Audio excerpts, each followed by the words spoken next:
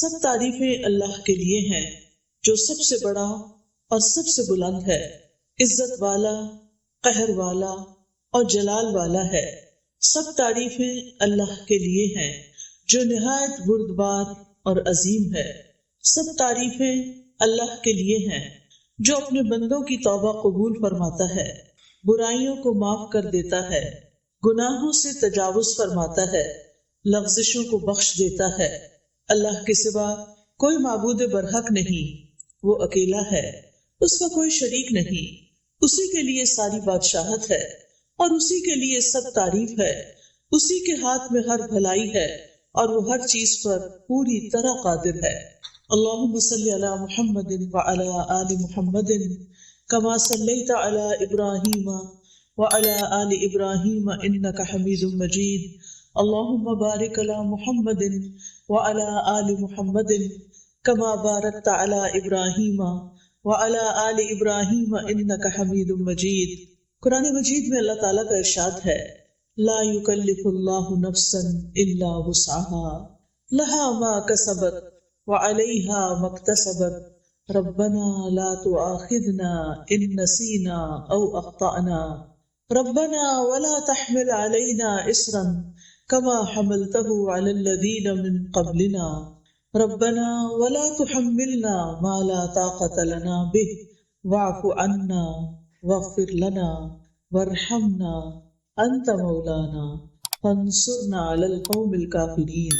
اللہ کسی نفس کو اس کی وسعت سے بڑھ کر تکلیف نہیں دیتا، یعنی جس پر کوئی بھی تکلیف آتی ہے وہ اتنی ہی آتی ہے جتنی وہ برداشت کر سکتا ہے۔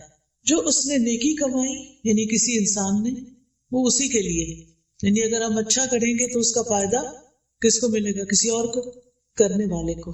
اور جو اس نے برائی کمائی، برا کیا، وہ اسی کے ذمہ ہے۔ اچھا کریں گے تو اپنے فائدے کے لیے، برا کریں گے تو اپنے ہی سر لیں گے۔ اے ہمارے رب، اگر ہم بھول جائیں یا ہم خطا کر بیٹھے تو ہماری پکڑ نہ کرنا۔ کتنی خوبصورت دعا ہے، کیونکہ ہم انسان ہیں نا، ہم بھول جاتے ہیں، ہم سے غلطیاں ہو جاتی ہیں، پھر ہم غلطی کر کے کس کے پاس جائیں؟ اللہ ہی کے پاس، کیونکہ اللہ تعالیٰ ہی معاف کرنے والا ہے۔ تو یا رب، غلطی ہو جائے تو ہمیں پکڑنا نہیں۔ اے ہمارے رب، ہم پر ایسا بوجھ نہ ڈالنا جیسا تو نے ہم سے پہلے لوگوں پر ڈالا تھا۔ اے ہمارے رب، اور تو ہم سے وہ بوجھ نہ اٹھوا جسے اٹھانے کی ہم میں طاقت نہیں، اور ہم سے درگزر فرما اور ہمیں بخش دے اور ہم پر رحم فرما، تو ہی ہمارا مولا ہے، پس کافر قوم کے مقابلے میں ہماری مدد فرما۔ یہاں پر اللہ سبحانہ تعالیٰ نے اپنے قانون سزا اور جزا کے بارے میں کچھ قاعدے اور اصول بتا دیے ہیں۔ پہلی بات تو یہ کہ اللہ تعالیٰ بندوں پر ان کی طاقت سے بڑھ کے بوجھ نہیں ڈالتا۔ دوسرا یہ کہ انسان کو وہی ملے گا جو اس نے کمایا ہوگا، خود کیا ہوگا، محنت کی ہوگی۔ ہاں یہ ضرور ہے کہ اگر کسی نے ایک نیک کام کی بنیاد رکھ دی اور اس کے اثرات اس کی موت کے بعد بھی جاری رہے تو وہ نیکی اس کے نامہ اعمال میں جمع ہوتی رہے گی۔ اسی طرح اگر کسی نے کوئی برا کام شروع کیا، برا ٹرینڈ سیٹ کیا اور وہ مر گیا تو اس کے بعد بھی لوگ جتنے اس برائی میں ملوث ہوں گے اس کا گناہ بھی اس کے ساتھ جائے گا۔ جیسے آج کل سوشل میڈیا کا دور ہے تو کچھ لوگ اپنا فیس بک اکاؤنٹ بنا لیتے ہیں اور اس پر بہت فضول قسم کی چیزیں پوسٹ کرتے رہتے ہیں، اور پاسورڈ انہوں نے بہت چھپا کے رکھا ہوتا ہے۔ پچھلے دنوں میں کسی لڑکے کے بارے میں پڑھ رہی تھی کہ اس نے اسی قسم کی کچھ چیزیں کی ہوئی تھی کہ اچانک اس کی ڈیتھ ہو گئی۔ اب وہ خود فوت ہو چکا ہے لیکن وہ فحش فلمیں اور ویڈیوز اور چیزیں اس کی فیس بک پر موجود ہیں اور لوگ اس برائی کو دیکھے چلے جا رہے ہیں، دیکھے چلے جا رہے ہیں۔ تو اب آپ دیکھیے کہ وہ اور نو مور دنیا میں نہیں، کچھ اور پوسٹ نہیں کر رہا، لیکن وہ جو کر چکا ہے، جس کو اس نے بند نہیں کیا تھا، جس پر اس نے توبہ نہیں کی تھی، وہ اس کے اکاؤنٹ میں، اس کے نامہ اعمال کے اکاؤنٹ میں ایڈ ہوتا چلا جا رہا ہے۔ تو اس لیے انسان جو بھی کام دنیا میں کرے سوچ سمجھ کر کرے کہ میرے مرنے کے بعد مجھے کن الفاظ میں یاد کیا جائے گا، ایک اچھے تعمیری کردار کے انسان کے طور پر یا ایک برے انسان کے طور پر۔ کیونکہ مرنے کے بعد انسان کے لیے جو گواہیاں ہوتی ہیں لوگوں کی، مثلا اگر آپ کا اخلاق اچھا ہے، آپ لوگوں کو فائدہ پہنچانے والے ہیں، لوگوں کے کام آنے والے ہیں، تو جس دن آپ دنیا سے جائیں گے اس دن لوگ آپ کے بارے میں کیا کہیں گے؟ کیا کہیں گے بتائیے؟ بہت اچھا انسان تھا، بہت اچھا تھا، کوئی ادھر سے آئے گا اس نے یہ فائدہ مجھے پہنچایا، کوئی ادھر سے آئے گا وہ روئے گا، وہ کہے گا وہ میرے لیے تو بہت کچھ کرتا تھا، مجھے تو بہت اچھے مشورے دیتا تھا، مجھے تو اس نے فلاں فلاں موقع پہ ہیلپ کی. یعنی لوگ اس کی اچھائیاں یاد کریں گے. اور اگر آپ نے کسی کی زندگی اجیرن کر رکھی، کسی کی لائف میں زہر گھول رکھا ہے، تو مرنے کے بعد لوگ کیا گواہیاں دیں گے؟ شکر ہے گلوں لتھا، وہ پنجابی میں کہتے ہیں شکر ہے جان چھوٹی، شکر ہے اللہ نے سمیٹ لیا اس کو، اور اس کی تکلیفیں یاد کر کے تکلیف محسوس کریں گے.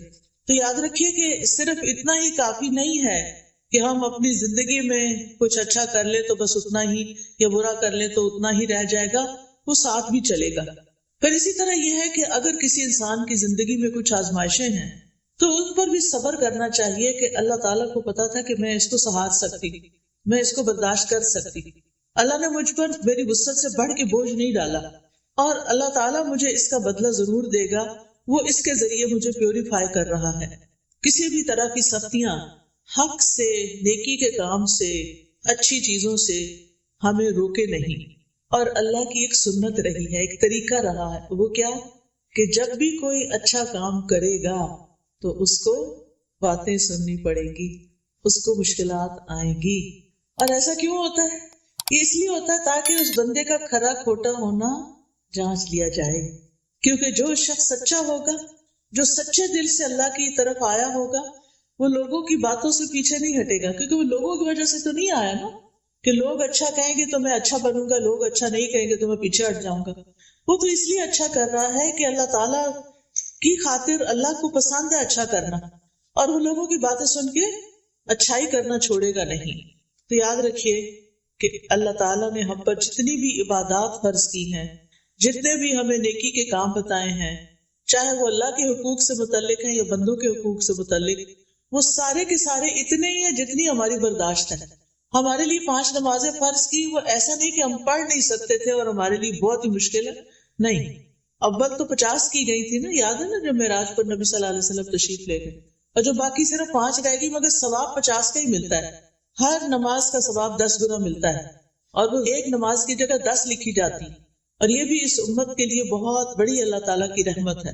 تو یاد رکھیے اللہ تعالیٰ کے جتنے بھی احکامات ہیں وہ سارے ایسے ہی ہیں کہ جن کو ادا کرنے کی ہم میں طاقت ہے، ہم میں ہمت ہے. اور اللہ تعالیٰ نے دین میں کوئی تنگی اور حرج نہیں رکھا. ہمارا دین آسان ہے اگر ہم عمل کرنا چاہیں، اور جو لوگ کرتے ہیں وہ بھی انسان ہی ہوتے اور وہ خوشی سے کر بھی جاتے ہیں. رسول اللہ صلی اللہ علیہ وسلم نے فرمایا انما بعثت بالحنیفیۃ السمحۃ، مجھے نرمی اور سہولت والی شریعت دے کر بھیجا گیا ہے. نبی صلی اللہ علیہ وسلم نے یہ بھی فرمایا بے شک یہ دین آسان ہے، جو شخص دین میں سختی اختیار کرے گا تو دین اس پہ غالب آ جائے گا، یعنی اس کی سختی چل نہیں سکتی، وہ زیادہ دن وہ نہیں کر سکتا. لہٰذا اپنے عمل میں پختگی اختیار کرو، یعنی جمے رہو، اور جہاں تک ممکن ہو میانہ روی برتو، اور خوش ہو جاؤ، اور صبح، دوپہر اور شام اور کسی قدر رات میں عبادت سے مدد حاصل کرو. آپ دیکھیے کہ فجر کی نماز کے بعد کتنا سارا گیپ ملتا ہے ظہر تک، پھر ظہر کے بعد عصر تک، عصر کے بعد مغرب تک، عشاء تک، ایک لمبا دن ہوتا ہے. چھوٹے دن ہو تب بھی یعنی اللہ سبحانہ تعالیٰ نے ہم پر ایسی عبادت فرض نہیں کی کہ اس سے ہمیں فرصت ہی نہ ملے اور ہم دنیا کا کوئی کام نہ کر سکیں. تو اس لیے ہمیں ساری عبادات خوشی سے کرنی چاہیے، اللہ تعالیٰ کے احکامات خوشی سے قبول کرنے چاہیے، کیونکہ ان سب پر اجر و ثواب ہے، اور انسان جو کچھ کرتا ہے اس کا صلہ اس کو مل کر رہے گا. اور پھر آپ دیکھیے کہ بعض اوقات گناہ کرنے کے لیے بھی انسان کو محنت کرنی پڑتی.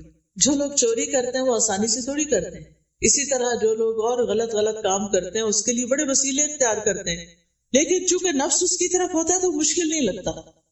نیکی کے لیے ہمارا نفس نہیں مانتا، ہمارے اندر سے وہ موٹیویشن نہیں ہوتی. لیکن جب آپ مثلاً حج یا عمرہ کرنے جاتے ہیں تو آپ کے اندر ایک موٹیویشن ہوتی ہے نا، وہاں جا کے اللہ کا گھر دیکھ کے اتنے سارے لوگ نماز پڑھ رہے ہوتے ہیں، ان کو دیکھ کے یہ آپ تھوڑی کرتے ہیں کہ وہاں جا کے لیٹ جائیں، آپ فوراً اٹھتے ہیں، جلدی کرتے ہیں، تھوڑا سا بھی سو کے. اسی طرح رمضان کا مہینہ آتا ہے تو اس میں بھی آپ دیکھیں کہ آپ کا شوق کتنا بڑھ جاتا ہے. تو جب شوق بڑھ جاتا ہے، ذوق بڑھ جاتا ہے، تو عمل آسان ہو جاتا ہے. تو اس لیے انسان کو اپنے لیے کوئی نہ کوئی ایسے ٹارگٹس رکھنے چاہیے کہ جن کے ذریعے انسان کا نیکی کے کاموں میں شوق بڑھتا رہے. ایسے لیکچرز میں جائیں، مساجد میں جائیں، جمعہ خطبہ اٹینڈ کریں، ایسی مجالس اٹینڈ کریں، ایسے ہاسپٹلز میں جائیں جہاں پر بیماروں کو دیکھ کے آپ کا دل پسیجے. کبھی کبھی قبرستان جائیں اور جا کے دیکھیں کہ اس سے پہلے کے لوگ کہاں پڑے ہیں آج، جن کے عالی شان گھر تھے، جن کے پاس جیولری تھی، کپڑے تھے، سب کچھ تھا، لیکن آج وہ زمین کے اندر ہیں. تو یہ چیزیں انسان کی عبادت میں اس کے لیے موٹیویشن کا سبب بنتی ہیں. تو بہرحال ہمیں یہ یاد رکھنا چاہیے کہ قیامت کے دن کوئی کسی کا بوجھ نہیں اٹھائے گا، کوئی کسی کی نیکی چھین کے نہیں لے جائے گا، اور کوئی اپنی برائی اس پہ ڈال کے نہیں چلا جائے گا. دنیا میں تو ایسا ہوتا ہے نا کہ ہماری چیزیں بعض اوقات دوسرے لوگ نکال لیتے ہیں، چرا لیتے ہیں، لے جاتے ہیں. کبھی گھر کے اندر بھی ہوتے ہیں، سسرال میں بعض سسرالی لوگ ان کی چیزیں استعمال کرنا شروع کر دیتے ہیں. اسی طرح بعض اوقات یہ ہے کہ لوگ اپنے گھر کا کوڑا آپ کے دروازے پہ پھینک دیتے ہیں. یہاں تو خیر نہیں ایسی چیزیں ہوتی، لیکن جہاں ہوتی ہیں سو ہوتی ہیں. تو یہ اللہ تعالیٰ کا ہم پر بہت بڑا احسان ہے کہ اللہ سبحانہ تعالیٰ نے ہم پر ہماری وسعت سے بڑھ کے بوجھ بھی نہیں ڈالا، اور ہماری نیکی کو ہمارے لیے لکھا، اور ہمارے گناہ کو بھی ہمارے لیے، کسی اور پہ نہیں ڈالا، اور کسی کا ہم پہ نہیں ڈالا. پھر ہم دعا کرتے ہیں ربنا لا تؤاخذنا ان نسینا او اخطانا. اللہ تو ہمیں نہ پکڑنا اگر ہم بھول جائیں یا ہم کوئی خطا کر بیٹھیں. یہاں پر آپ دیکھیے کہ ہم جب دعا مانگتے ہیں تو ربنا کہتے ہیں. رب کا مطلب کس کس کو آتا ہے؟ رب کون ہوتا ہے؟ خالق، مالک، مدبر، جس نے پیدا کیا، جو ہمارا مالک ہے، اور جو ہمارے ساری چیزوں کی تدبیر کر رہا ہے. ہم نے کیا کھانا ہے، کیا پینا ہے، کہاں رہنا ہے، یہ ہم تو اب ساتھ ساتھ زندگی میں یہ چیزیں ایکسپیرئنس کر رہے ہیں نا، لیکن اللہ تعالیٰ نے یہ سارا کچھ پہلے سے ہی لکھ کے رکھا ہوا تھا. پہلے سے ہی لکھ کے رکھا ہوا تھا سب کچھ. جو چیزیں آج ہمیں مل رہی اللہ تعالیٰ کو پہلے سے ہی پتا تھا. تو اس نے ہمارے لیے تدبیر کی، اس نے ہمارے لیے وسائل پیدا کیے. تو انسان اپنے اس رب کو پکار رہا ہے کہ اے رب، تو میرا رب ہے، تو نے مجھے پیدا کیا، تو نے مجھے سب کچھ دیا ہے، اب تو مجھے معاف بھی کر دے. تو نے مجھے رزق دیا، تو نے مجھے اولاد دی، تو نے مجھے گھر بار دیا، تو نے مجھے سب کچھ دیا، لیکن میں نے تیرا حق ادا نہیں کیا. میں نے تیرا حق ادا نہیں کیا. تو نے مجھے نعمتیں دی اور میں نے جواب میں تیری ناشکری کی، تیری نافرمانی کی. کتنی دفعہ ایسا ہوتا ہے نا کہ ہم کسی تقریب پہ جاتے ہیں، کچھ پکنک پہ جاتے ہیں اور وہاں جا کے نماز پڑھنے بھول جائیں، سیر و تفریح کرتے ہیں، کھاتے پیتے ہیں، انجوائے کرتے ہیں، اور اللہ کو بھول جاتے ہیں. اپنے پیاروں کو تو نہیں بھولا جاتا نا. خوشی کے موقع پر پیارے تو یاد رہتے ہیں. آپ کوئی اچھی چیز کھا رہے ہوں تو آپ کے بچے دور ہوں تو آپ کا کیا دل چاہتا ہے؟ مائیں اکثر کیا کہتی ہیں، میرے بیٹے کو یہ پلاؤ بڑا پسند تھا، پتہ نہیں بیچارہ پڑھنے گیا ہوا ہے وہاں کیا کھاتا ہے کیا نہیں کھاتا. تو پیاروں کو یاد رکھتے ہیں نا خوشی کے موقع پر. اسی طرح جب کوئی غم اور دکھ کا وقت ہوتا ہے تو پھر کون یاد آتا ہے؟ اپنے یاد آتے ہیں. کوئی فوت ہو جائے تو سارے بے شک آ جائیں، یعنی آس پاس کے لوگ، لیکن جب کوئی اپنا ہوتا ہے تو گلے لگ کے روتا ہے انسان. اس کے ساتھ شیئرنگ کچھ اور طرح کی ہوتی ہے. تو اللہ تعالیٰ کے ساتھ بالکل اپنوں والا تعلق ہونا چاہیے. اللہ تعالیٰ کو قریب محسوس کرنا چاہیے، اپنا ہر خوشی اور غم اس کے ساتھ شیئر کرنا چاہیے، اس کی طرف رجوع کرنا چاہیے. نعمتیں ملنے پر شکر ادا کرنا چاہیے، تکلیف آنے پر اس سے صبر مانگنا چاہیے اور دعا کرنی چاہیے. اور یہاں پر انسان کیا کہتا ہے؟ ربنا لا تؤاخذنا ان نسینا. نسینا کا لفظ ہے نا نسیان سے. نسیان کہتے ہیں کسی معلوم چیز سے غافل ہو جانا، اس کو بھول جانا. چابی رکھ کے کہیں بھول گئے، پتا ہے کہ چابی میری ہے، کون سی ہے، کیسی ہے، لیکن پتہ نہیں چل رہا کہاں رکھ دی ہے. یعنی ایک چیز جس کو انسان جانتا ہو پھر وہ اس کے دماغ سے غائب ہو جائے، تو اس کو ہم بھول جانے کا نام دیتے ہیں. اور خطا جو ہے وہ نافرمانی کرنا ہوتا ہے، مخالفت کرنا. ارادہ نہ بھی ہو تو انسان اس کے اپوزٹ کر جاتا ہے جو اللہ تعالیٰ نے اس کو کرنے کے لیے کہا ہوتا ہے. اسی طرح کسی حکم سے جاہل ہونا، پتہ ہی نہیں کہ وہ کیا کرنا ہے. کیا ہم میں سے ہر ایک کو پورے دین کا پتہ ہے؟ ہم سب کچھ تو نہیں جانتے نا، لیکن ہماری زندگی میں ایسی سچویشنز آتی ہیں کہ ہمیں کرنا کچھ اور چاہیے، ہم کچھ اور کر بیٹھتے ہیں نا ایسا. تو یہ بھی خطا ہوتی ہے. کبھی آپ ڈرائیونگ کرتے ہوئے راستہ بھولے اور آگے جا کے آپ نے کہا یہ تو میرا روز کا راستہ، پتہ نہیں مجھے ہو کیا گیا، میں نے ایگزٹ مس کر دیا. ہوتا ہے جان بوجھ کے کیا ہوتا ہے؟ نہیں. کیوں؟ باتوں میں لگ جاتے ہیں. جب ڈرائیور باتوں میں لگ جاتا ہے تو اکثر راستہ بھول جاتا ہے. یعنی وہ اپنے مقصد سے غافل ہوا، ایک لمحے کے لیے غافل ہوا اور میلوں دور جا پڑا۔ یہ انسانوں کے ساتھ ہمارا معاملہ ہے، یعنی دنیا میں رہتے ہوئے، تو دین کے معاملے میں بھی ہمارا کچھ ایسا ہی رویہ ہوتا ہے۔ ہم لوگوں کی باتوں میں آ جاتے ہیں اور اللہ کا حکم بھول جاتے ہیں۔ ہم کوئی اچھا کام کرنے جا رہے ہوتے ہیں کہ لوگ کہتے ہیں لو یہ تم فلاں کام کرنے، کہیں چیریٹی میں دے رہے ہوتے ہیں نا، کہتے تو ان کو دینے کی نہیں ضرورت، ان کے پاس بہت فنڈز ہیں، ٹھیک ہے۔ مسجد جا رہے ہوتے ہیں تو کہتے کیا ضرورت ہے مسجد جانے کی، عورتوں کی نماز گھر میں ہونی چاہیے، ٹھیک ہے۔ اس ملک میں تو پھر کہیں بھی اسلام کا نام نہیں ہے۔ اگر عورت اور بچے مسجد نہیں جائیں گے تو اسلامی ماحول کہاں سے ملے گا؟ تو میرا کہنے کا مطلب یہ ہے کہ انسان جب جانتے بوجھتے ہوئے بھول کا شکار ہو جاتا ہے تو اس سے غلطی ہو جاتی ہے۔ اب غلطی ہو گئی، چاہے بھول کے ہوئی چاہے غفلت سے ہوئی، غلطی تو غلطی ہے نا۔ اب جب آپ نے ایسا کر لیا تو اس کے بعد کوئی ریگریٹس ہوتے ہیں کیا؟ ایگزٹ مس کرنے پر کوئی ریگریٹ ہوتا ہے؟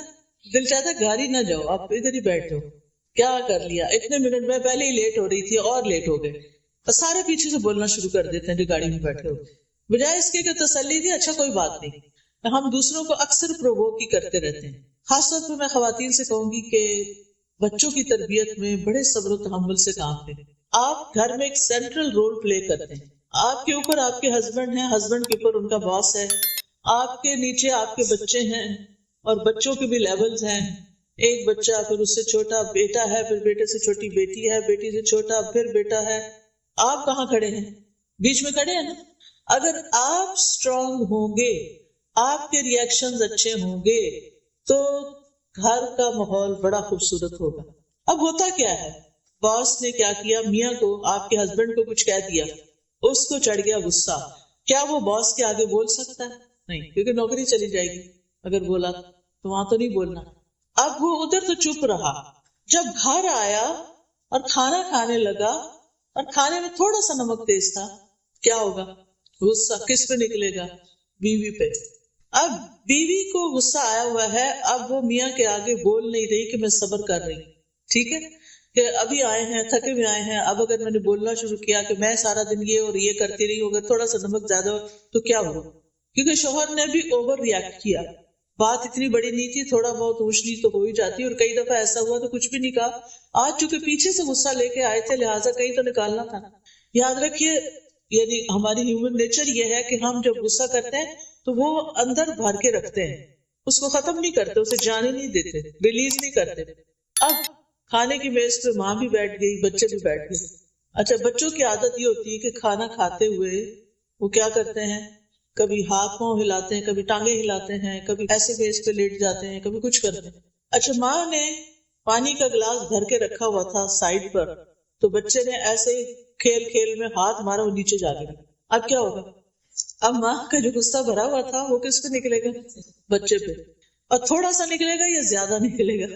ٹھیک ٹھاک نکلے گا۔ اچھا، اب بچہ وہاں سے اٹھ کے چلا جائے گا، جا کے صوفے پہ بیٹھ کے اپنا موبائل نکالے گا اور کچھ کھیل کھیلنے لگے گا۔ اتنے میں جو چھوٹی بہن تھی وہ کسی چیز سے کھیل رہی تھی، وہ لگا آ کے اس بچے کو، اب وہ بچہ کیا کرے گا؟ اب بچہ غصہ اتارے گا، دونوں کی فائٹنگ شروع ہو گئی۔ اچھا، اب وہ جو چھوٹی تھی جس کو پڑی بھائی سے، اب اس کے دل میں غصہ ہے ابھی بھی، وہ جا کے اپنا بھالو اٹھاتی ہے اور اس کو پٹک پٹک کے مارتی ہے اس کو۔ یہ ہوتا ہے گھروں میں، ٹھیک ہے۔ لیکن اگر ہم جو بیچ میں ہے نا، بیچ میں ماں، آپ کہیں گے ساری باتیں ماں کو سناتی ہیں، سب کچھ ماں ہی کرے، میں ہی سب کچھ ہوں، میرے اوپر ہی سارا کام ہے، میں ہی سارا برداشت کروں، میں ہی نہیں۔ اللہ نے آپ کو یہ مقام دیا ہے، اللہ نے آپ کو ممتا دی ہے، محبت دی ہے۔ آپ شوہر یا ساس کی باتوں سے غصے میں آ کے اپنے بچوں کی تربیت خراب نہ کریں۔ بچے صرف آپ کے لیکچر نہیں سنتے، بچے سی سی ٹی وی کیمرہ جو ہوتا ہے نا، اس کی طرح باریک آنکھ سے ہر کچھ دیکھ رہے ہوتے، کھیل رہے ہوتے ہیں، کان ان کے سارے آپ کی طرف ہوتے ہیں، ماما کس سے باتیں کر رہی ہیں، کیا باتیں کر رہی ہیں۔ اگر وہ آپ کا موڈ آف دیکھتے ہیں تو پریشان ہو جاتے ہیں، اگر آپ اوور ایکسائٹیڈ ہیں تو ضرور کمنٹ کریں گے۔ اچھا، پھر کیا ہوتا ہے، جو آپ کر رہے ہوتے ہیں نا وہ بھی وہی کرنا شروع کر دیتے ہیں، اور ہر لائف ان کے اندر وہ عادتیں آ جاتی ہیں، تو یہ سلسلہ ختم نہیں ہوتا۔ ہونا کیا چاہیے کہ پہلے شخص سے جو غلطی ہوئی ہے نا، جو باس سے غلطی ہوئی، اگر وہ اللہ سے ڈرتا ہے تو اس کو اللہ سے بھی معافی مانگنی چاہیے، اور جس پہ زیادتی کی اس سے بھی معافی مانگنی چاہیے۔ کیا جو ہم سے چھوٹا ہو اس سے سوری نہیں کرنا چاہیے؟ کرنا چاہیے۔ اگر آپ باس ہیں اور آپ نے چھوٹے پہ زیادتی کر لی اور آپ کو ریئلائز ہو گیا، آپ کا ضمیر بول اٹھا ہے کہ میں نے زیادتی کی ہے، تو پھر کیا کرنا چاہیے؟ سوری کر لیں۔ کیا صرف بندے سے سوری کرنا چاہیے یا کسی اور سے بھی؟ یس، بندے سے تو آپ نے سوری کر لیا، اللہ سے بھی کرنا ہے، کیونکہ آپ نے ایک انسان کو ناحق تکلیف پہنچائی ہے۔ چلو بندوں نے معاف کر دیا، یا صرف اللہ سے توبہ کرنا کافی ہے یا بندوں کو بھی سوری کرنا ضروری ہے؟ بندوں کو بھی کرنا۔ اگر پہلا شخص جس نے زیادتی کی تھی وہ سوری کر لیتا، بات ختم ہو جاتی، لیکن اس نے سوری نہیں کی۔ آپ کو پتا نا، قابیل نے حابیل کو قتل کر دیا تھا۔ اب ہوتا کیا ہے، اب تک دنیا میں قتل کا جو سلسلہ چل رہا ہے اس کے گناہ کا ایک حصہ قابیل تک جاتا ہے۔ قیامت کے دن اس کا گناہ کتنا بڑا ہوگا، پہاڑوں جتنا، اس سے بھی بڑا، اور وہ بھی قتل کا گناہ۔ تو جو ایک غلط کام کر لیتا ہے اس کو توبہ کرنے میں، استغفار کرنے میں دیر نہیں کرنی چاہیے۔ اچھا چلے، اس باس نے تو سوری نہیں کی، لیکن آپ کے ہسبینڈ نے جو آپ کے ساتھ زیادتی کی، چلے آئے تھے، غصہ تھا، کھانا شروع کیا، غصہ نکالا، پھر تھوڑی دیر میں نارمل ہو جانا چاہیے تھا، تاکہ بچے جو ہیں وہ ٹیبل پر بیٹھ کر پریشان نہ ہو، کیونکہ پریشانی کے عالم میں جو کھانا کھایا جاتا ہے وہ لگتا نہیں، پھر وہ صحیح طرح ڈائجسٹ ہی نہیں ہوتا۔ بچے سہمے ہیں، بیٹھے ہیں ٹیبل پر۔ جو بڑے بچے ہوتے ہیں نا وہ بہت محسوس کرتے ہیں، جو چھوٹے ہوتے ہیں نا وہ تھوڑی دیر پھر بھول جاتے ہیں۔ اب اگر شوہر نے کچھ کہہ ہی دیا تھا غصے میں، تو بحیثیت بیوی اتنا تو سمجھ لینا چاہیے نا کہ میرا شوہر جو ہے اس کا باس اچھا نہیں ہے، اور وہ اس کی وجہ سے فرسٹریٹ ہوتا ہے اور پھر میری شامت آتی ہے، چلو کوئی بات نہیں۔ اگر وہی آگے سے ہنس کے، یعنی ہنسنا شروع کر دیتی، شوہر غصہ کر رہا ہے، اب وہ تھوڑا سا ہنس دیتی، چلے آئندہ نہیں ہوگا، چھوڑے اس کو، یا کوئی بھی بات کر دیتی، تو شوہر بھی شاید نارمل ہو جاتا اور بات نہ بڑھتی۔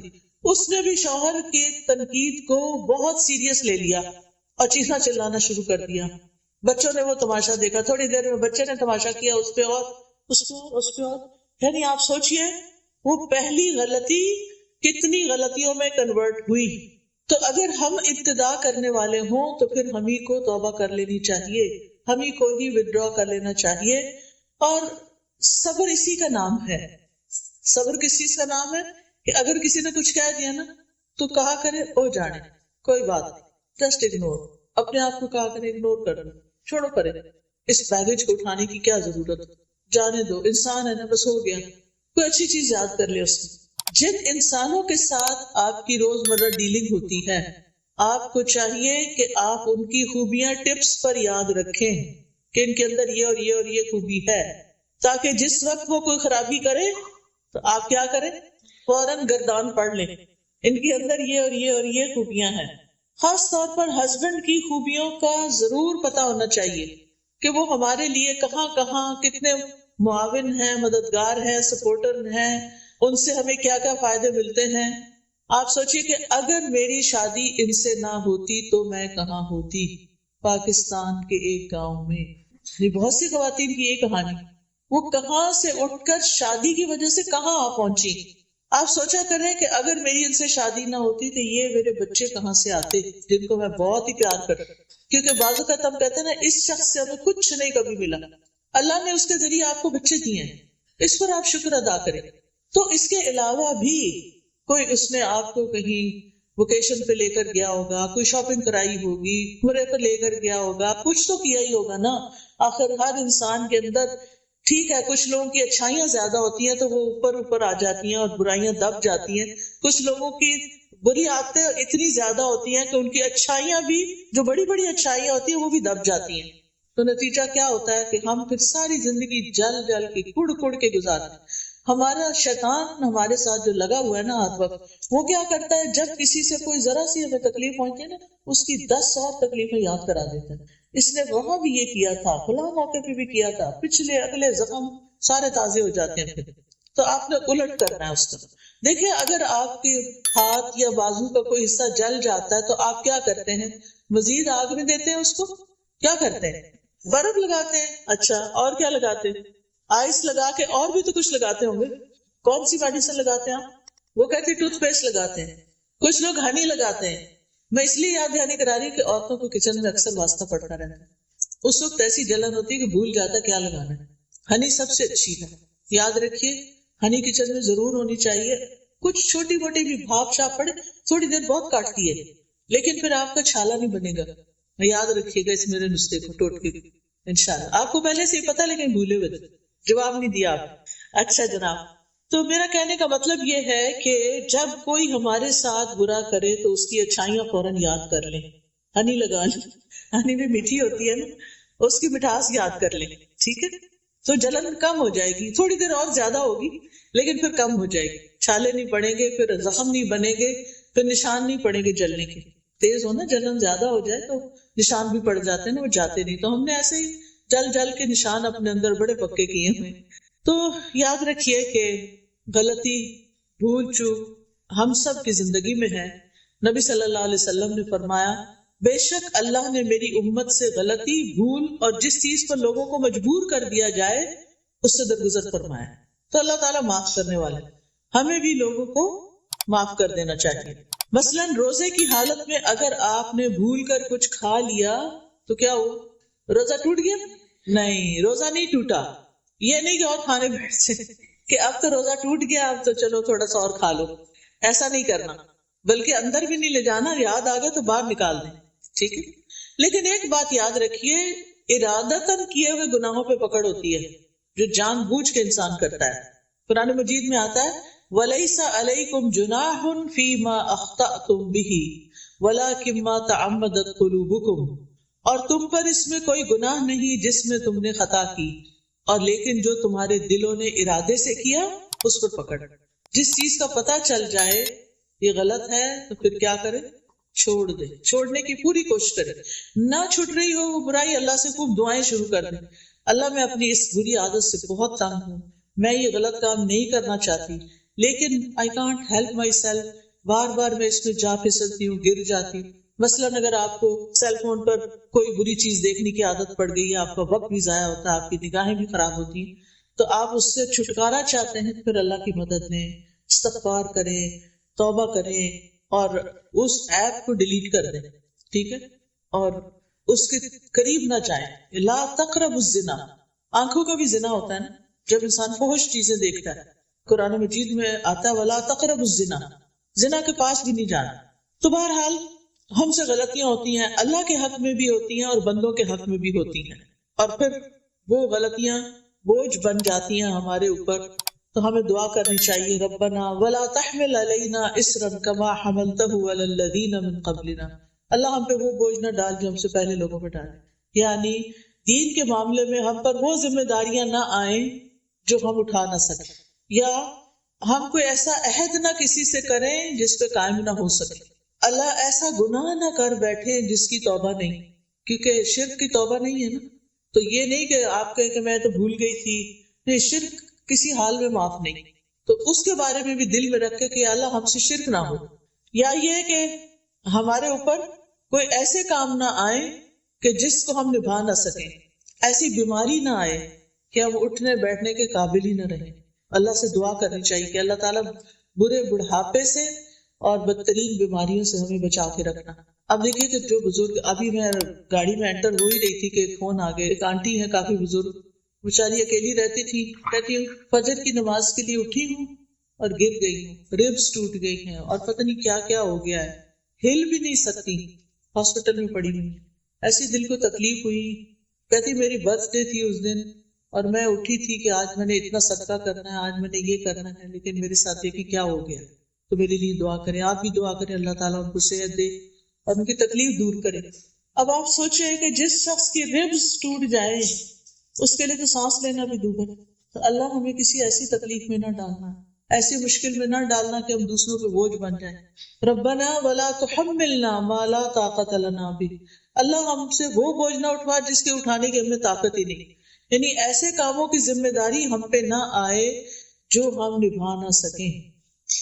بعض اوقات ایسا ہوتا ہے کہ انسان کی زندگی میں ایسے حادثات ہو جاتے ہیں کہ انسان کو مجبوراً وہ ذمہ داریاں لینی پڑ جاتی ہیں. میری خالہ اللہ تعالیٰ ان پر اپنی رحمت نازل کرے، ان کے اپنے 11 بچے تھے. جو سب سے بڑا بچہ تھا اس کی کار ایکسیڈنٹ میں ڈیتھ ہو گئی، اس کی اور اس کی بیوی دونوں. 4 بچے چھوٹے چھوٹے پیچھے تھے، وہ بچ گئے. اب آپ خود سوچیں کہ جس خاتون نے اپنے اتنے بچے پالے اور 4 یتیم بچوں کو پالنے کی ذمہ داری ان پہ آ گئی، اور ایج ایسی تھی کہ جوان نہیں تھی اب، لیکن بڑی اچھی طرح انہوں نے وہ ذمہ داری نبھائی. لیکن ان کو دیکھ دیکھ کے رحم آتا تھا کہ کیسی آزمائش میں آ پڑی. ایک تو یہ کہ اللہ تعالیٰ کو پتا ہوتا کہ کون کیا بوجھ اٹھا سکتا ہے، لیکن پھر بھی ہم کمزور ہیں، کیونکہ پھر ہمارے منہ سے کوئی باتیں نکل جاتی ہیں کہ اللہ میرے ساتھ ایسا کیوں. یہ کبھی نہ جملہ بولیں. اللہ کو زیادہ پتا ہے کہ کسی کے ساتھ کیا ہونا چاہیے اور کیا نہیں ہونا چاہیے. تو شرعی احکامات میں بھی اور تقدیر کے حالات میں بھی اللہ سے آسانی مانگنی چاہیے کہ اللہ تعالیٰ ہماری تقدیر میں کوئی ایسی چیز نہ ہو جس سے ہماری زندگی دوبر ہو جائے، اور ہمیں ایسی مشقت میں نہ ڈالنا جو ہم اٹھا نہ سکیں. واعف عنا واغفر لنا وارحمنا، کتنی خوبصورت دعا ہے.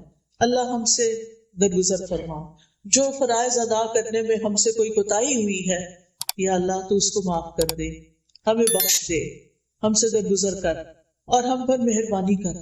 ہم رحم کے قابل ہیں، ہم کمزور انسان ہیں. تو گناہگار انسان 3 چیزوں کا محتاج ہوتا ہے کہ جو معاملہ اللہ اور بندے کے درمیان اللہ اسے درگزر کرے، اور دوسرا یہ کہ اللہ بندوں سے اس کے گناہ کو پردے میں رکھے. واغفر لنا، استغفار کا مطلب ہوتا ہے ڈھانک دینا.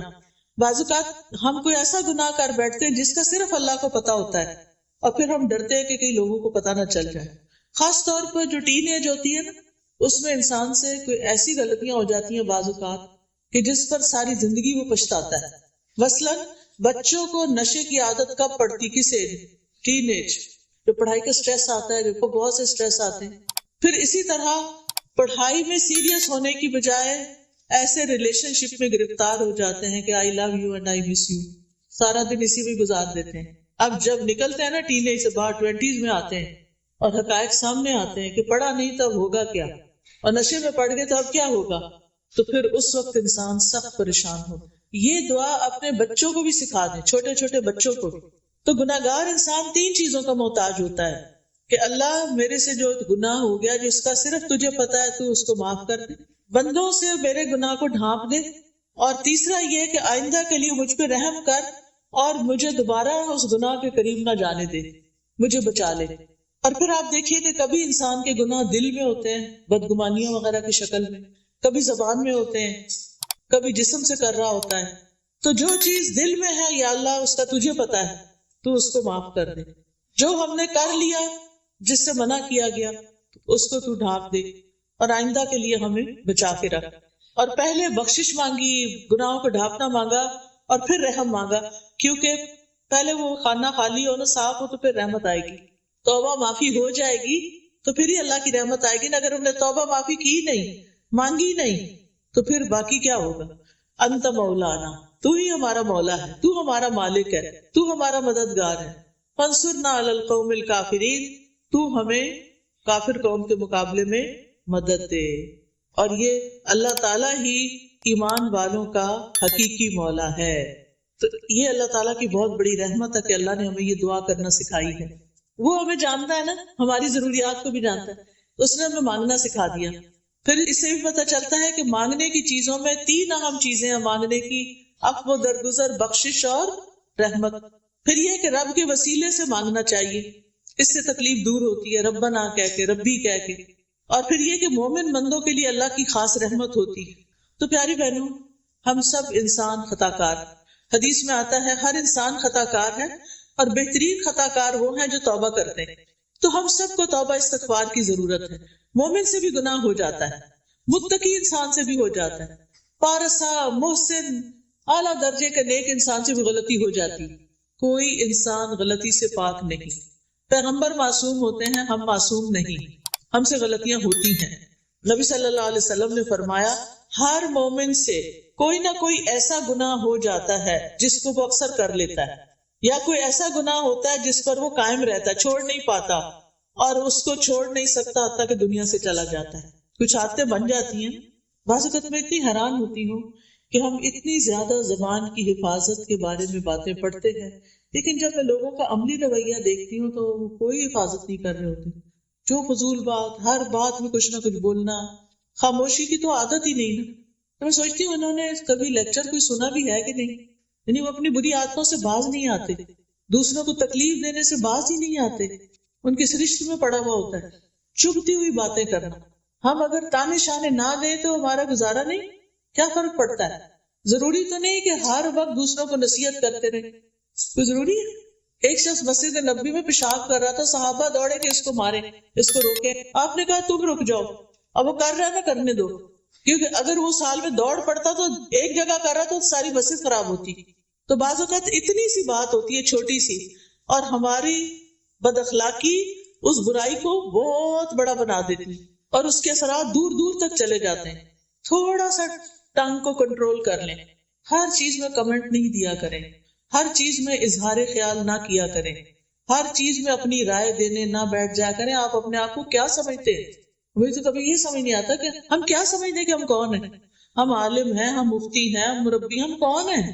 ہم تو ایک عام انسان ہیں. ہمیں حق نہیں پہنچتا کہ ہم ہر وقت ٹوکا ٹوکی کرتے رہیں. کئی بزرگوں نے گھر میں لوگوں کی زندگی حرام کی ہوئی ہوتی ہے معذرت کے ساتھ. ان کے اپنے بچے ان کو چھوڑ کے بھاگنے کے لیے تیار ہوتے ہیں کہ کس دن ہماری کہیں اور جا وہ اور ہم موو آؤٹ کریں. تو یہ سب کچھ کیا ہے؟ یہ ہمارے رویے ہیں کہ لوگ ہمارے ساتھ کمفرٹیبل نہیں ہوتے، لوگ ہمارے ساتھ رہنا نہیں چاہتے، کیونکہ ہم لوگوں کو اپنے رویوں سے بیزار کر دیتے ہیں. تو حدیث میں آتا ہے من سمت نجا، جو خاموش رہا چپ رہا اس نے نجات پائی. بعض اوقات کوئی دنیا کے کسی حصے کی طرف کی بات کرنا ہوتا ہے، فلاں ملک میں یہ ہو گیا، اب ہم نے کوئی کمنٹ کرنا ہوتا ہے. انہوں نے کیا ہوگا نا کچھ خرابی، آ گیا نا ان پہ عذاب. بھائی کس نے آپ کو بتایا؟ آپ نے اللہ کا فیصلہ جان لیا کہ اللہ نے ان کو اس امتحان میں کیوں ڈالا. تو ہر بات بے بات پر نہ بولا کریں، خاموش رہنا بھی سیکھیں. اور بزرگوں کو خاص طور پہ میں کہوں گی، میں نہیں کہتی کہ بچوں کو کھلی چھوٹ ہے جو مرضی چاہے، بچوں کے اندر بھی آپ دیکھیں بچے بدتمیزی سے بات کرتے ہیں، ہم ہنستے ہیں. آج کل کے بچے بڑے ہوشیار ہیں، آج کل کے بچے بڑے اسمارٹ ہیں، آج کل کے بچے بڑے کانفیڈنٹ ہیں. ایسے ایسے تعریفی جملے بول کے ان کی بدتمیزیوں کو ہم نے ملٹی پلائی کر دیا. تو بچوں کو بھی شے نہ دیں، جو غلط بات ہے اس کو چپ رہے، بالکل نہ ہنسے، بالکل خاموش رہیں. صرف اپنی خاموشی سے بتائیں کہ مجھے یہ بات پسند نہیں آئی جو تم نے اپنی دادی کو کہی ہے یا تم نے اپنی نانی کو کہی ہے. کیونکہ بعض اوقات وہ ان کو بدتمیزی سے کہہ رہے تھے، نانی آپ تو یہ کہہ رہی تھی اب آپ یہ خود کر رہی ہیں. تو اس طرح کی چیزیں جو ہیں ان کو شے نہیں دینی چاہیے. تو بہرحال کچھ عادتیں بڑی مشکل سے جاتی، اس کے لیے اللہ تعالیٰ سے دعا کرنی چاہیے. نبی صلی اللہ علیہ وسلم نے فرمایا مومن کو اس حال میں پیدا کیا گیا ہے کہ وہ فتنوں میں گرنے والا، توبہ کرنے والا اور بھولنے والا ہوتا ہے. یعنی باتوں کو بھلا دیتا ہے جو غلط قسم کے لوگوں کے رویے ہوتے ہیں. جب اسے نصیحت کی جاتی ہے تو وہ واعظ اور نصیحت قبول کرتا ہے، یعنی مان جاتا ہے بات کو، ریزسٹ نہیں کرتا. پھر یہ یاد رکھیے کہ غلط کام، غلط باتیں، زبان کی غلطیاں یہ جہنم میں لے جانے کا سبب بنتی ہے. گناہ ذلت کا سبب بنتے ہیں. صغیرہ گناہ بھی، چھوٹے چھوٹے گناہ بھی بندے کو ہلاک کر دیتے ہیں. گناہوں کا ایک بوجھ ہوتا ہے جو قیامت کے دن لوگ اپنی پیٹھ پہ اٹھائے ہوئے ہوں گے. اس لیے ہمیشہ گناہوں سے معافی مانگتے رہنا چاہیے، کیونکہ جو گناہ کرنے کے بعد توبہ کرے گا اللہ تعالیٰ اس کو بخش دے گا، کیونکہ اللہ تعالیٰ غفور الرحیم ہے، بڑا بخشنے والا ہے. وہ دن اور رات توبہ قبول کرتا ہے. انبیاء بھی استغفار کرتے تھے.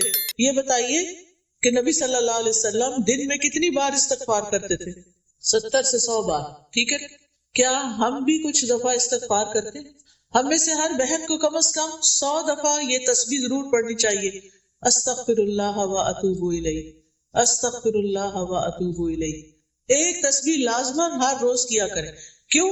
اس لیے کہ اگر نبی صلی اللہ علیہ وسلم جو معصوم تھے وہ 100 دفعہ استغفار کرتے تھے تو ہمیں نہیں کرنی چاہیے. ابراہیم علیہ السلام نے کیا دعا کی تھی؟ والذی اطمع ان یغفر لی خطیئتی یوم الدین، وہ ذات جس سے میں توقع رکھتا ہوں کہ قیامت کے دن وہ میری خطائیں معاف کر دے گا. موسیٰ علیہ السلام نے کیا کہا تھا؟ کسی یاد ہے موسیٰ علیہ السلام کی توبہ کی دعا؟ جب ان سے وہ ایک شخص قتل ہو گیا تھا غلطی سے، رب انی ظلمت نفسی فاغفر لی فغفر له انہ هو الغفور الرحیم. یونس علیہ السلام نے کون سی دعا کی تھی؟ شابش. داؤد علیہ السلام نے رب اوزعنی ان اشکر نعمتک التی، اور پھر وَظَنَّ داود أَنَّمَا فَتَنَّاهُ فَاسْتَغْفَرَ رَبَّهُ، استغفار کیا تھا انہوں نے۔ نوح علیہ السلام نے اپنی قوم سے کہا تھا کہ لوگوں استغفار کرو، اللہ بڑا معاف کرنے والا ہے، آسمان سے وہ بارشیں برسائے گا، تمہیں مال اور بیٹے دے گا اور تمہارے لیے نہریں جاری کر دے گا۔ یہ استغفار کے فائدے ہیں، معافی مانگنے سے یہ کچھ ملتا ہے۔ آپ کی زندگی میں کسی بھی چیز کی کمی ہے نا، کوئی بھی آپ کا پرابلم ہے، آپ استغفار شروع کر دیں، اللہ تعالیٰ اس مسئلے کو حل کر دیں گے۔ گناہوں سے توبہ کریں، تمام لوگوں کو استغفار کا حکم ہے، اور ایمان والوں کی تو خاص صفت ہے وَبِالْأَسْحَارِ هُمْ يَسْتَغْفِرُونَ کہ وہ سحری کے وقت استغفار کرتے ہیں۔ اور جو اللہ سے معافی کی امید رکھتا ہے اللہ تعالیٰ اس کو معاف کر دیتا ہے، اور بخشش مانگنے والے کے لیے اللہ کا وعدہ ہے کہ جب تک بندہ معافی مانگتا رہے گا اللہ تعالیٰ بھی اس کو معاف کرتا رہے گا۔ ہر بار گناہ کرنے پر سچی توبہ کرتے رہنا چاہیے، شرمندگی سے معافی مانگتے جانا چاہیے، اور جو استغفار کرے گا اللہ تعالیٰ اس کی بخشش فرما دے گا۔ حدیث میں آتا ہے رسول اللہ صلی اللہ علیہ وسلم نے فرمایا، ہمارا رب تبارک و تعالی ہر رات کو اس وقت آسمان دنیا پہ آتا ہے جب رات کا آخری تہائی حصہ رہ جاتا ہے۔ وہ کہتا ہے کوئی جو مجھ سے دعا کرے تو میں اس کی دعا قبول کروں، ہے کوئی جو مجھ سے مانگے تو میں اسے عطا کروں، ہے کوئی جو مجھ سے بخشش طلب کرے تو میں اس کو بخش دوں۔ کتنی بڑی بات ہے، اللہ تعالیٰ خود بلاتے ہیں، آؤ بخشش مانگو، میں معاف کر دوں گا۔ ہماری بعض نعمتوں کے راستے میں ہمارے گناہ رکاوٹ ہوتے ہیں، ان سے معافی مانگ لیں تو وہ نعمتیں واپس آ جاتی ہیں۔ بڑے سے بڑا گناہ استغفار سے معاف ہو جاتا ہے، اور توبہ انسان کو گناہوں سے پاک کر دیتی ہے۔ استغفار دلوں کی صفائی کا ذریعہ ہے، گناہ سے دل پہ سیاہ نقطہ لگتا، پیر جاتا، دل کالے ہو جاتے ہیں، استغفار ان کو چمکا دیتا ہے۔ استغفار سے برائیاں نیکیوں میں بدل جاتی ہیں، اللہ کی رحمت ملتی ہے، اللہ کی محبت ملتی ہے، کامیابیاں نصیب ہوتی ہیں، اچھا سامان زندگی ملتا ہے، رزق، مال اور اولاد میں اضافہ ہوتا ہے، انسان کو خیر و برکت اور طاقت نصیب ہوتی ہے۔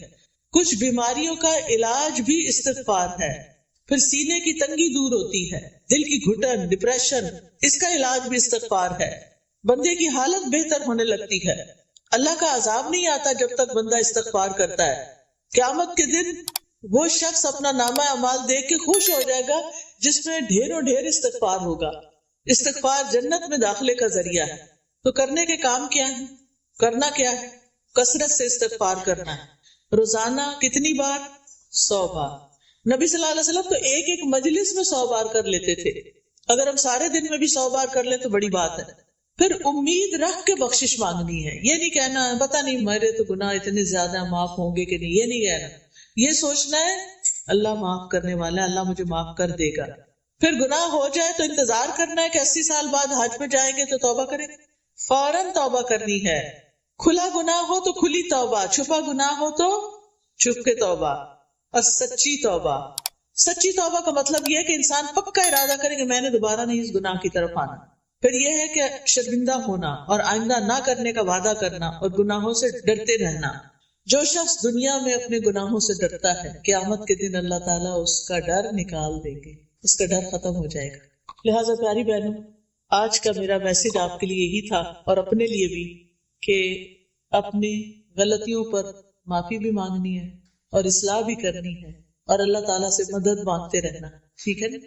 اس کے لیے ایک کارڈ ہے استغفار کے فائدے، یہ دیکھیں، یہ کارڈ انگلش اور اردو ترجمے کے ساتھ ساتھ دیکھ کے ادھر رکھ دیں، ٹھیک ہے؟ اس میں ہم نے ساری استغفار کی دعائیں لکھی ہوئی ہیں۔ اگر آپ دن میں ایک دفعہ یا ہر جمعے کو بیٹھ کے آخری گھڑیوں میں دعائیں قبول ہوتی ہیں اس وقت پڑھ لیں، سحری کے وقت پڑھ لیں، یہ آپ میں سے ہر ایک کے پاس ہونا چاہیے۔ مجھے نہیں پتا کہ ہر ایک کو پورا آئے گا کہ نہیں، لیکن ایک کتاب ہے ایاک نستعین ہے آپ کے پاس، اس کے اندر بھی لکھا ہوا ہے استغفار، ٹھیک ہے؟ اس میں حفاظت کی دعائیں بھی ہیں، انگلش کی بھی ہے اور یہ اردو کی بھی ہے۔ اس کے علاوہ ہمیں ہر وقت کنفیوژن رہتی ہے، یہ کام کریں کہ نہ کریں، یہ رشتہ آیا اب کیا کریں، کبھی اس سے مشورہ کرتے کبھی اس سے۔ سب سے پہلے اللہ تعالیٰ سے مشورہ کریں، استخارہ، یہ کارڈ بھی ہر گھر میں ہونا چاہیے۔ پھر بہت سے لوگ بیمار ہیں، دعا کر دیں، کوئی دوسرے تو کریں گے، آپ خود بھی کریں، یہ آیات شفا ہے۔ اچھا، بعض لوگوں کی بیماری ڈائگنوز نہیں ہوتی، ڈاکٹرز کہتے ہیں آپ کو کچھ بھی نہیں، لیکن آپ کہتے ہیں میں ٹھیک نہیں، ایسا ہوا کبھی؟ ہوتا ہے، ہر ایک کے ساتھ ہی تھوڑا بہت ہوتا ہے۔ اس کا علاج یہ ہے کہ بیری کے پتے، پتہ نہیں یہاں تو بیری اگتی ہے کہ نہیں، لیکن اگر نہیں بھی تو آپ پانی کے اوپر یہ آیات پڑھ کے دم کر کے پھر اس میں سے کچھ گھونٹ پی بھی لیں اور کچھ اسپرے بوٹل میں رکھ لیں، اپنے اوپر اسپرے کر لیا کریں اور اس سے اپنے جسم پر بھی بہا لیں، تو انشاءاللہ بہت سی بیماریاں ٹھیک ہو جائیں گی۔ بیری کے پتوں کو ابال کے ایک تسلے میں مٹھی بھر ابال کے جب ان کا رنگ نکل آئے پھر اس کو ٹھنڈا کر کے اس کے اوپر یہ ساری آیات شفا پڑھ کے اور پھر اس کو مریض کو تھوڑے سے گھونٹ پلائے بھی اور اس کے جسم پر بہائے بھی، پورا نہا کے شیمپو وغیرہ کر کے آخر میں لوٹے میں یا بوٹل میں ڈال کے پھر اپنے سارے جسم پر مل مل مل کے، یہ بہت ہی عمدہ علاج ہے ایسی بیماریوں کا جو ڈائگنوز نہ ہو۔ پھر نماز کے بعد کی مسنون اذکار ہیں، یہ حفاظت کی دعائیں ہیں، یہ بھی اردو انگلش میں ہیں۔ آپ دیکھیے کہ پتہ نہیں $2 کی یا $3 کی ہیں، لیکن اس سے آپ کے کتنے ہزاروں ڈالر بچ سکتے ہیں اگر اللہ تعالیٰ آپ کو پروٹیکشن دے۔ یہ دعائیں جو ہیں مومن کا ہتھیار ہوتی ہیں، قلعہ ہوتی ہیں۔ پھر اسی طرح تسبیحات کے فائدے انگلش میں ہیں، یہ لا الہ الا اللہ کا کارڈ ہے، آپ کے ساتھ اگر نان مسلم کام کرتے ہیں تو آپ ان کو یہ کارڈ دے سکتے ہیں کسی بھی موقع پر، تاکہ ان کو پتہ چلے کہ اللہ کے سوا کوئی الہ نہیں۔ جو نعمتیں ملی ہیں اگر آپ ان کو باقی رکھنا چاہتے ہیں تو یہ شکر ادا کرنے کا کارڈ ہے، الحمدللہ۔ ٹھیک، الحمدللہ کہنے سے نعمتیں بڑھتی بھی ہیں اور جو ہے محفوظ بھی رہتے ہیں، نقصان سے آپ بچتے ہیں۔ تو آپ کو کیا کرنا ہے، یہ جیسے کوئی شادی ہوتی ہے کسی کی یا کچھ شادی کے تحفے کے ساتھ آپ یہ کارڈ بھی دے سکتے ہیں۔ اور یہ قرض تو آج کل ہر ایک کے اوپر ہی ہوتا ہے، یہ اس سے نجات کی دعائیں ہیں، اور یہ قرآنی اور مسنون دعائیں ہیں، اذکار ہیں، یہ بھی بہت فائدے کے ہیں، ہر ایک کے پاس ہونی چاہیے، کیونکہ بہت محنت سے یہ سب کچھ تیار کیا گیا اور بہت محنت سے ہم اسے مسیساگا سے اٹھا کر لائے ہیں، تو یہ آج ساری ٹیبل خالی ہو جانی چاہیے، ٹھیک ہے نا، انشاءاللہ یہ آپ کے لیے صدقہ جاریہ بھی ہوگا، آپ جس کو دیں گے وہ پڑھے گا، اس کی تکلیف حل ہوگی تو آپ کو بھی فائدہ ہوگی انشاءاللہ۔ تو اب ہم دعا کر لیتے ہیں، سبحان اللہ والحمد للہ ولا الہ الا اللہ واللہ اکبر ولا حول ولا قوة الا باللہ العلی العظیم، اللہم صلی علی محمد وعلی آل محمد کما صلیت علی ابراہیم وعلی آل ابراہیم انک حمید مجید، اللہم بارک علی محمد وعلی آل محمد کما بارکت علی ابراہیم وعلی آل ابراہیم انک حمید مجید، ربنا آتنا فی الدنیا حسنۃ وفی الآخرۃ حسنۃ وقنا عذاب النار، ربنا لا تزغ قلوبنا بعد اذ ہدیتنا وہب لنا من لدنک رحمۃ انک انت الوہاب، ربنا ہب لنا من ازواجنا وذریاتنا قرۃ اعین واجعلنا للمتقین اماما، ربنا لا تؤاخذنا ان نسینا او اخطانا، ربنا ولا تحمل علينا إصرا كما حملته على الذين من قبلنا، ربنا ولا تحملنا ما لا طاقة لنا به واعف عنا واغفر لنا وارحمنا أنت مولانا فانصرنا على القوم الكافرين۔ یا اللہ، یا رحمان، یا رحیم، یا کریم، یا ذی الجلال والاکرام، یا اللہ تو ہم سب پر اپنی رحمت نازل فرما، تو ہم سب کو بخش دے، ہمارے گناہوں کو معاف کر دے، ہمارے بوجھ ہم سے دور کر دے، ہماری برائیاں ہم سے دور کر دے، ہمیں اچھا اخلاق عطا فرما، ہمیں ہر طرح کی نیکیوں میں دوڑ لگانے کی توفیق دے اور ساری برائیاں چھوڑنے کی توفیق دے۔ اللہ ہمیں بھی، ہمارے گھر والوں کو، ہمارے بچوں کو ہدایت دے، ان کی نسلوں کو بھی ایمان پر قائم رکھنا۔ یا اللہ جتنی بہنیں آئی ہیں، ان کی جو دعائیں ہیں، ان کی جو نیک تمنائیں ہیں، اللہ ان کو پورا فرما۔ یا اللہ تو ہم سب پر اپنی رحمت نازل فرما۔ یا اللہ ہمارے گناہوں کو معاف کر دے، ہماری ساری ضروریات پوری کر دے۔ یا اللہ جن کا ہم پر احسان ہے انہیں بہترین جزا دے، جنہوں نے اس مجلس کا اہتمام کیا ہے اللہ ان کو اس کی بہترین جزائے خیر دے، اور جو بہنیں آئی ہیں ان کو آنے پر یا اللہ بخش دے۔ یا اللہ ہم سب کو نیکی کا امبیسڈر بنا دے اور برائیوں سے بچا لے۔ اللہ ہمارے بچوں کو رزق حلال عطا فرما، اللہ ان کی مشکلات آسان فرما۔ یا اللہ جن کی شادی نہیں ہوئی انہیں نیک رشتے عطا فرما۔ یا اللہ جن کی اولاد نہیں انہیں نیک صالح اولاد عطا فرما۔ یا اللہ فلسطین کے مسلمانوں پر اپنی رحمت فرما، اللہ ان کی مشکل آسان کر دے۔ اللہ ان کی حفاظت کر دے، یا اللہ ہمیں ان کے لیے کچھ کرنے کی توفیق دے، یا اللہ ہمارے گناہوں کو معاف کر دے، یا اللہ اس مسجد میں خیر و برکت پیدا کر دے، اس مسجد کی انتظامیہ کو جزائے خیر عطا کر، یا اللہ جتنی بہنیں آئی ہیں، جنہوں نے بھی سنا ہے، جو بھی سننے والے، سب کو اجر عظیم عطا فرما، ہمارے والدین پر اپنی رحمت فرما، ہمارے فوت شدگان کی بخشش فرما دے، ہمیں نیکیوں کی توفیق دے۔ ربنا تقبل منا انک انت السمیع العلیم وتب علینا انک انت التواب الرحیم